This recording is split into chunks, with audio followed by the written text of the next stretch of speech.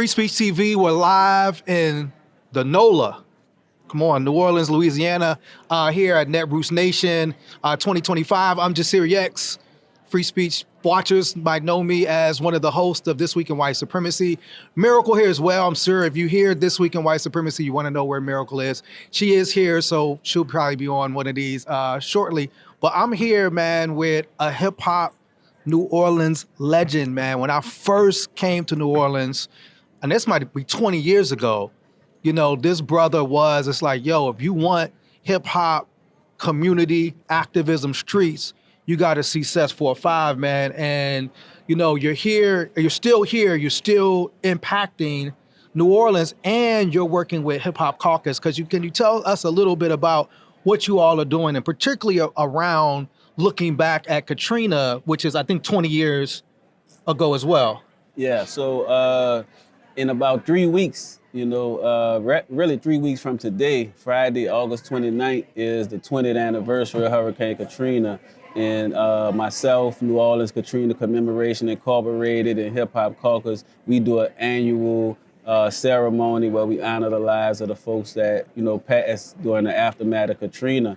And this year is, monumental. Is 20 years. Yeah. And Reverend Yearwood and the Hip Hop Caucus, the whole entire staff, they've been dedicated for, over a decade in making sure they collab with us to make sure that we honor those lives and uplift the citizens who been intentional about being New Orleanians, because there was definitely a plan to keep some of the New Orleanians, out of New Orleans and gentrify the city and, just take over. But, we wasn't having it, not on our watch. Absolutely. So were you, like 20 years ago, I'm sure like your family were personally impacted. Can you talk about looking back 20 years ago, and then where do you think, we are now, New Orleans as a city, particularly the Black community, because you're talking about the Ninth Ward, and obviously, like, we saw how that played out, from somebody like myself watching from the outside looking in. It was like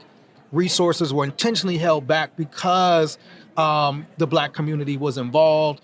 Like you said, it was a conversation around, was this allowed to displace specifically Black people and create this new vision of New Orleans? So 20 years later, man, where do you see the city, and like just personally, like how do you feel?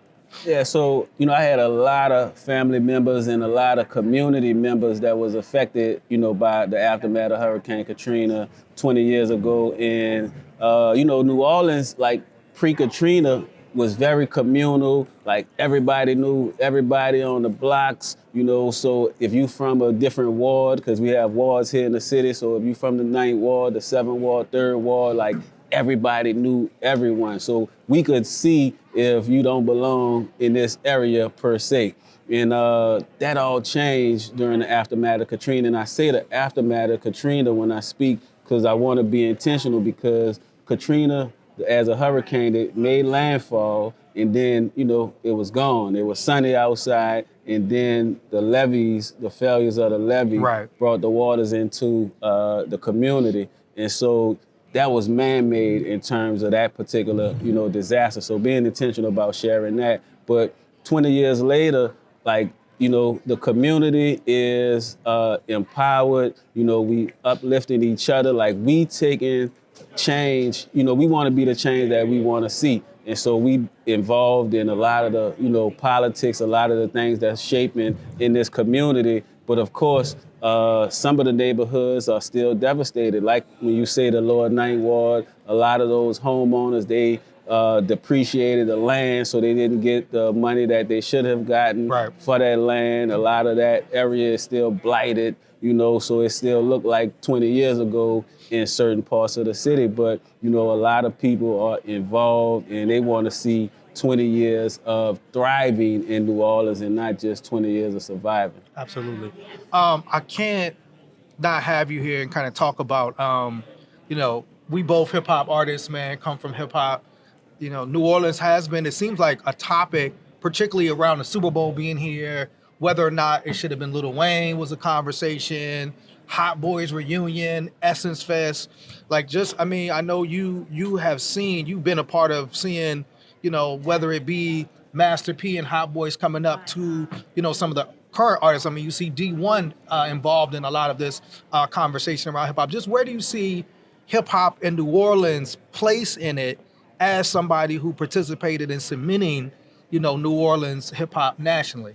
Yeah, I just think, you know, New Orleans is one of those cities that, you know, sets a lot of trends. We do a lot of slangs, like you mentioned, a lot of the new artists, like we got Rob 49 who making, you know, a lot of noise. What the hell? Yeah, you know what I'm saying? So you got, you know, great artists like Don Rashad, who is doing great work, and of course Nati, you know, a number of different artists. L.A. Earhart is a new artist that's on the rise in this city. And, you know, we contribute to just the culture overall. Right. And so I just think that this city being like the birthplace of jazz, and, you know, we got so many different contributions to the world, from food, you know, music, even, you know, protests, you know what I'm saying? True. So, you know, like we just got a lot of different value that we add to the world, and we want to continue, you know, adding value. And I think, you know, hip hop is changing, and we want to